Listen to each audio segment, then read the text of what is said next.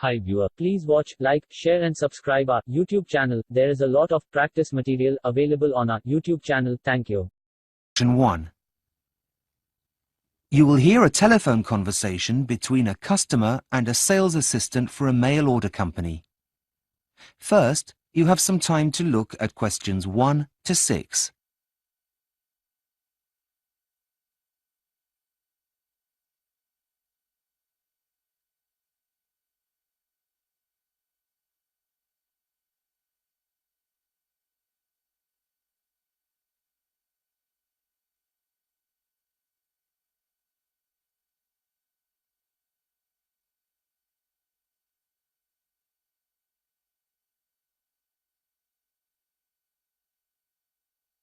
You will see that there is an example that has been done for you. On this occasion only, the conversation relating to this will be played first. Good morning. How can I help? I'd like some help with ordering a book. I've tried your website, but it says it's offline at the moment and to call this number. The answer is website. So website has been written in the space. Now we shall begin. You should answer the questions as you listen, because you will not hear the recording a second time. Listen carefully and answer questions 1 to 6. Good morning. How can I help? I'd like some help with ordering a book. I've tried your website, but it says it's offline at the moment and to call this number. Oh, yes. I do apologize. We've been having some problems with it, but I can take the order over the phone if you like. That would be great. It's a gift, you see. Can I take your name, please? Yes, of course. It's Zara Freeman. Is that Zara with an S or a Z? With a Z. Z-A-R-A. Just writing that down.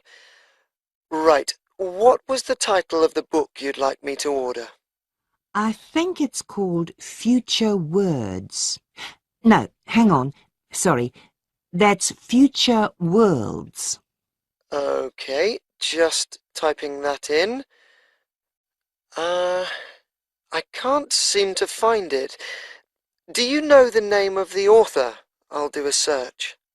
Yes, it's by a man called Richard Watson. Watson, as in W-A-T-S-O-N. Yes, that's right. Oh, yes, here it is. It's only just been released. It's a self-help book, is that right? Yes. Now, it costs £12.99. Yep, that's fine. Okay. How would you like to pay? Is a debit card okay? No, sorry. We only accept credit cards. Oh, dear. Just let me check to see if I have it with me. Oh, yes, here it is. Can you read me the long... Before you hear the rest of the conversation, you have some time to look at questions 7 to 10.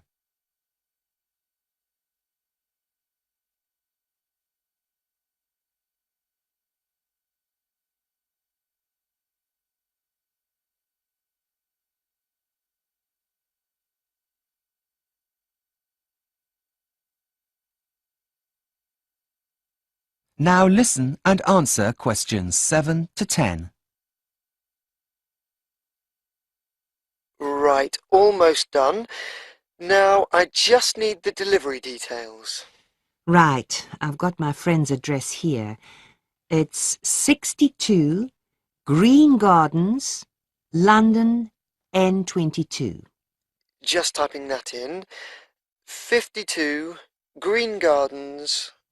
No, it's number 62. Now, what kind of delivery would you like? What are the options? There are two. The free delivery option takes 5 days, or you can pay an extra £2.25 to have it sent out first class tomorrow. That would come to a total of £15.25. 24p. Well, my friend's birthday is next week, so it should get there in time with the free delivery. So I think I'll take that. Right. That means that it will be delivered on the 21st of February, anytime from 8 a.m. to 6 p.m. Is that okay? Well, I know my friend leaves early for work, so would it be possible for him to pick it up from the local post office instead? I'm afraid that won't be possible, but I could add some special instructions for it to be left with someone else, a neighbour, perhaps? Actually, yes. I have met the old lady who lives next door, and she's bound to be home. Could you leave it with her? Fine. I'll add that if he's not home, then the package should be left with the neighbour. That's great. Thanks very much for your help. My pleasure. Thank you for shopping. That is the end of section 1. You now have half a minute to check your answers.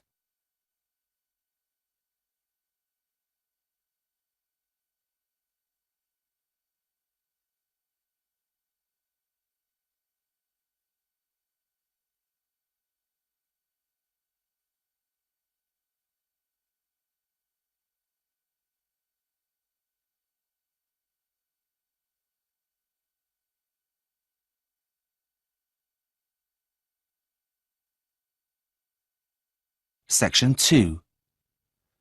You will hear an online guide giving a tour of the home of the future. First, you have some time to look at questions 11 to 16.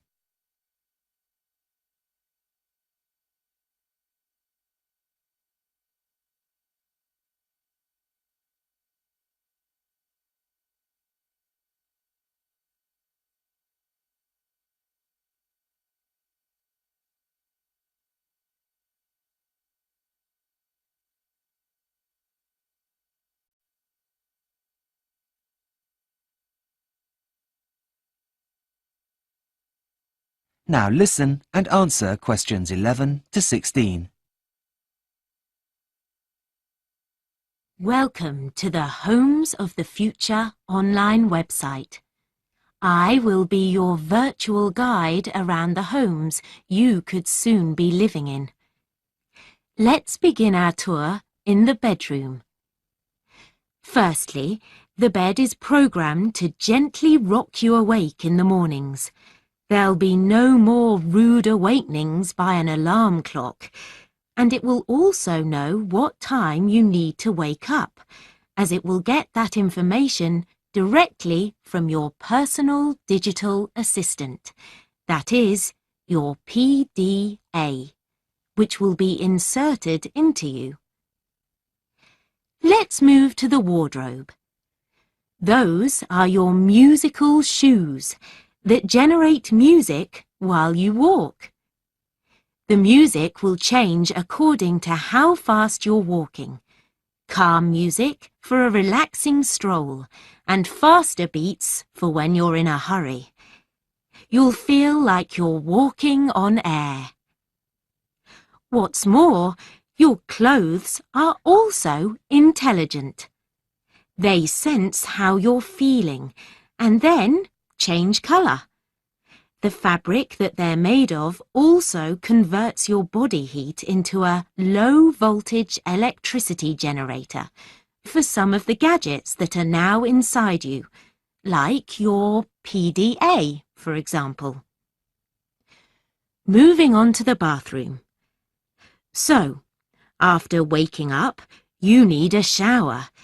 There's no need to turn on any taps, as the house will know exactly what temperature you like the water in the mornings, though you'll still have to wash yourself.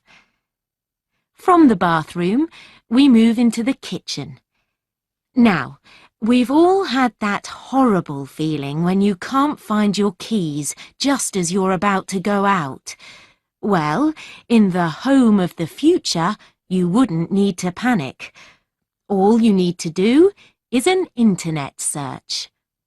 All items are now programmed with a tracking device, so that they will light up and signal to you where they are. Just in case the object is upstairs, the house will project its position on your fridge. Speaking of your fridge, this is now as intelligent as your clothes. Not only does it keep a record of when you're running low on everyday essentials, like milk, but it emails your local grocery store, which will deliver them for you. It can also help with planning meals if you have friends over for dinner, by moving the chicken from the freezer so that it'll thaw in time. Before you hear the rest of the tour, you have some time to look at questions 17 to 20.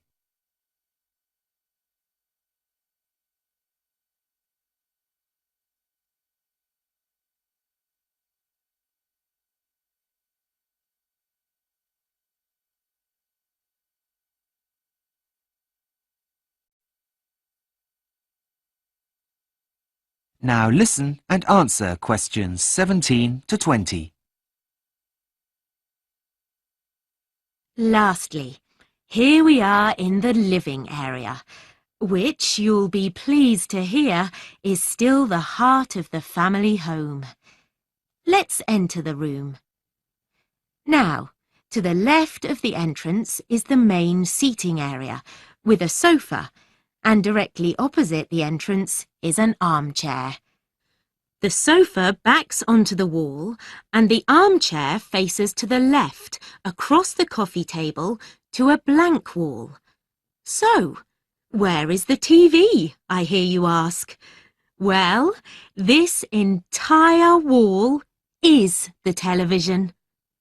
The whole thing is a plasma screen, designed to show your TV, surf the internet, or, when it's not in use, it displays anything you want it to, from family pictures to famous works of art. On the opposite wall to the sofa is a fireplace, which still has a real fire. Nothing beats that now, does it?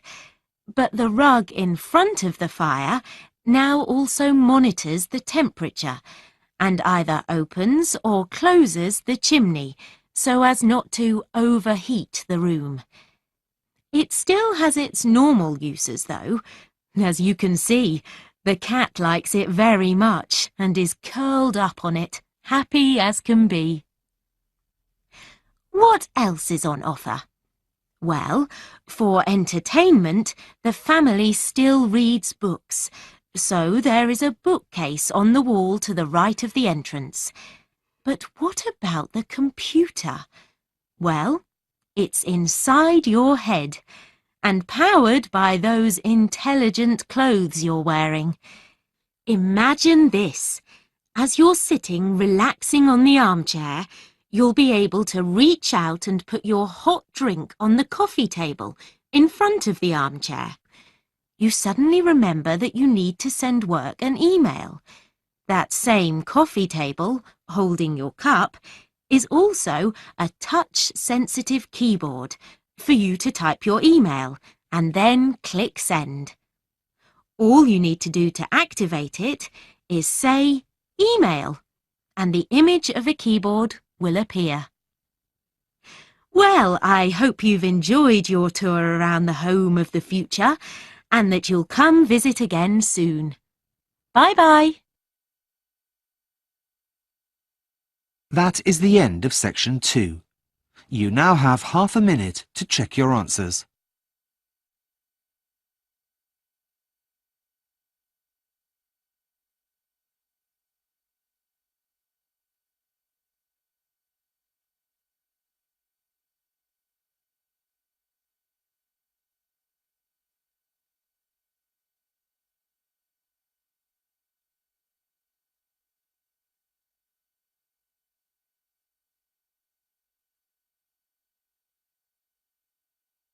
Section 3. You will hear a tutor talking to a student about a future assignment. First, you have some time to look at questions 21 to 25.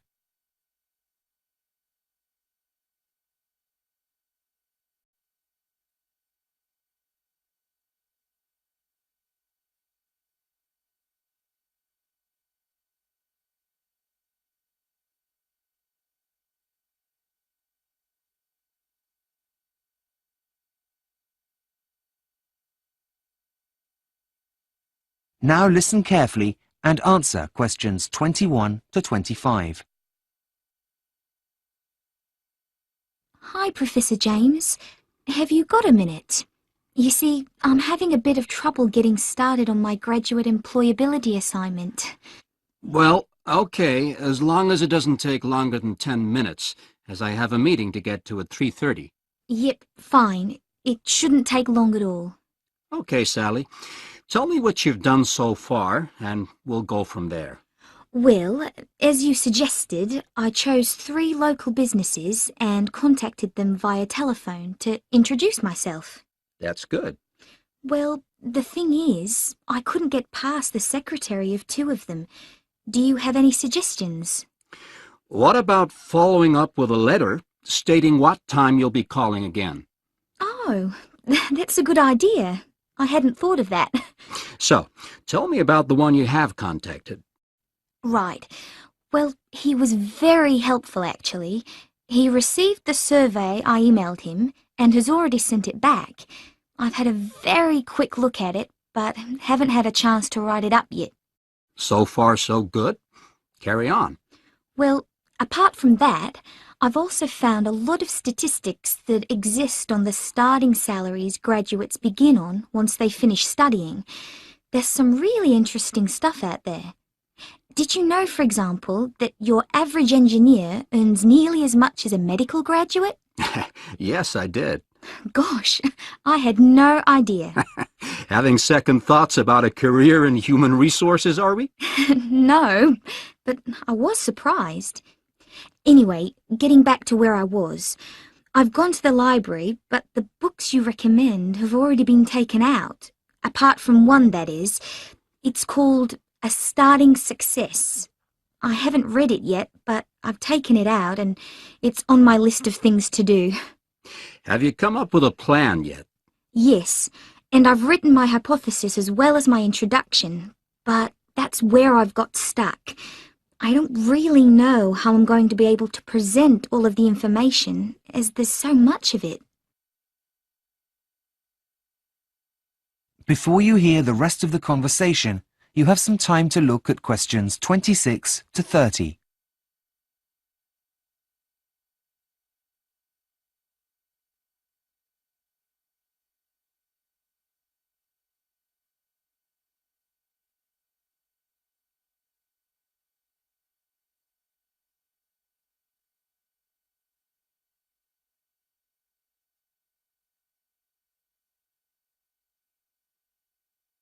Now listen and answer questions 26 to 30. Well, firstly, I'd recommend you start with analyzing what the employer said. Now, can I have a look at the questionnaire you wrote? Yes, here it is. Thanks. Oh, dear. Well, it's no wonder you're overwhelmed with information. You've collected a lot of information which can be overwhelming. Oh dear, that took me ages. And does that mean I can't use it? Afraid so.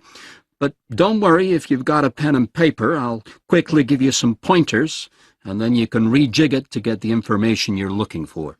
Okay, just a minute. I know there's a pen in here somewhere. Okay, got it. Right. Well, first and foremost, you need to be clear. There's no point having a beautifully worded document throughout that no one understands. Use language that is simple. Right, got that. What next? You need to catch the reader's attention at the start of the document. And you need to find the right balance between formal and informal language. Your survey isn't an official document, but more of a living one that serves a purpose. So neutral language is best. Okay, just writing that down. Okay. The next one's what your mistake was this time. Try not to use open-ended questions, or you'll find it impossible to collate your results. Yep, I think I've learned my lesson there. What else? Scales really do make the job of completing the questionnaire easier for the recipients by saving them lots of time and effort writing. I take your point. Anything else? One last thing. Make sure you've thought about the logic of your questions. There's nothing worse than trying to make choices about things that seem to have no order. Right. Got it. I see where I went wrong now, and will try to do better next time. Don't worry. It's a very easy mistake to make, and one that many people come across the first time they do this kind of assignment. Okay, Sally, I really must rush. I'm late for my appointment. Of course. Thanks for your help. I'll see you in class tomorrow. Bye. That is the end of section 3. You now have half a minute to check your answers.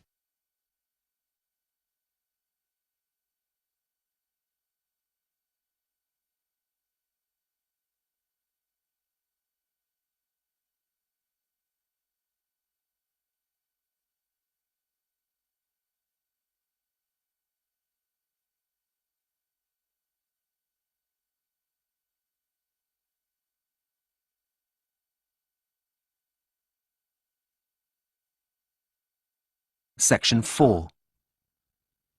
You will hear a student giving a presentation about the process of urbanization. First, you have some time to look at questions 31 to 40.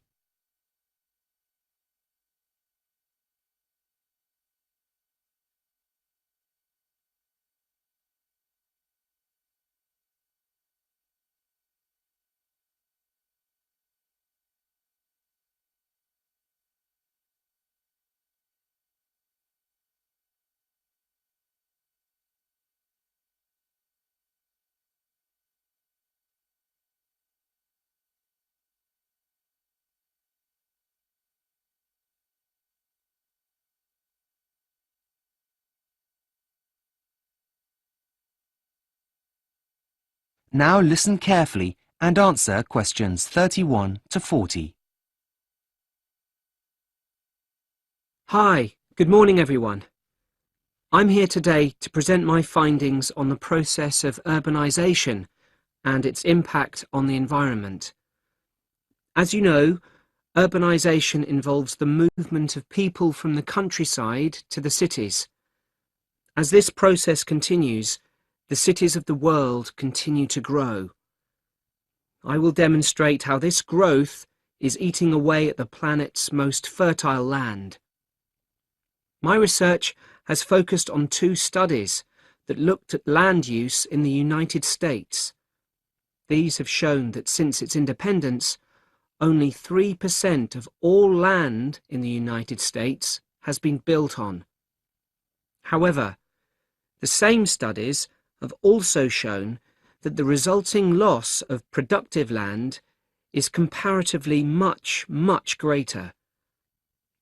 This isn't so much of a problem in America, as it has a relatively low ratio of people to land.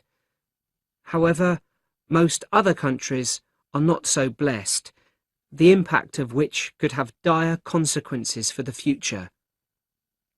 The real danger here is if this pattern were to be repeated by developing countries, it could have a major effect on the world's food supplies in the next 50 years.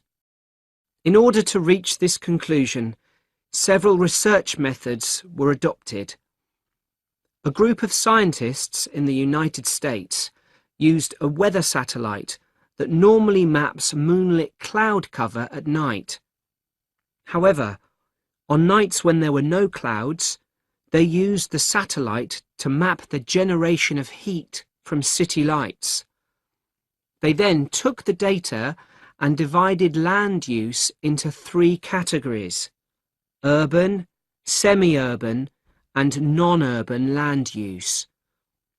Next, they calculated how active the vegetation is in each region by using different satellites. When they combined this information with previous statistics and weather conditions, they came up with a number for total productivity for all areas.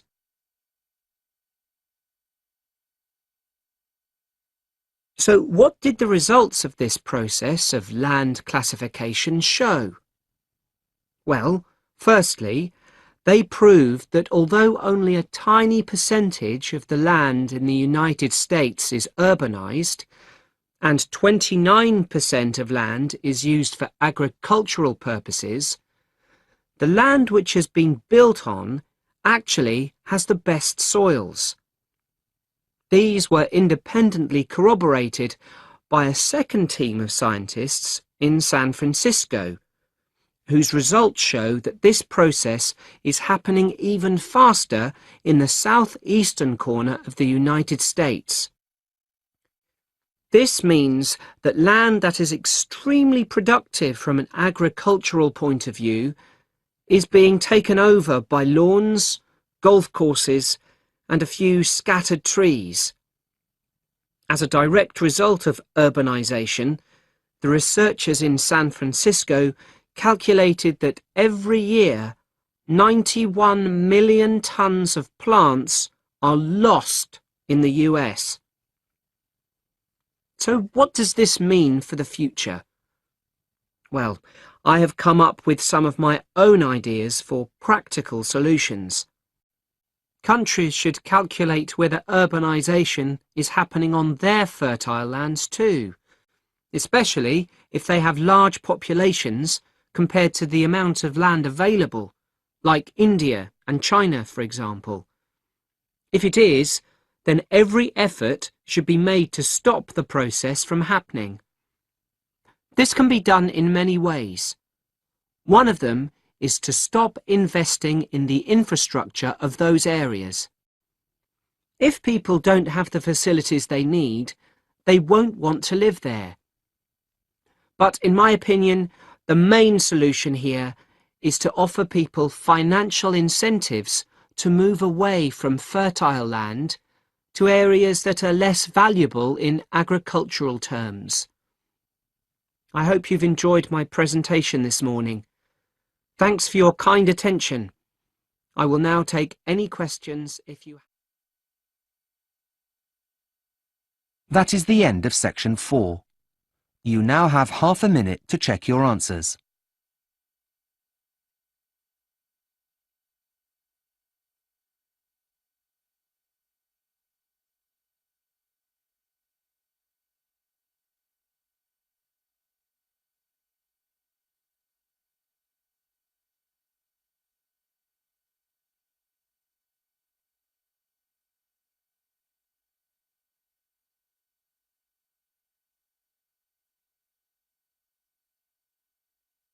That is the end of the listening test, the IELTS test. You now have 10 minutes to transfer your answers to the listening answer sheet.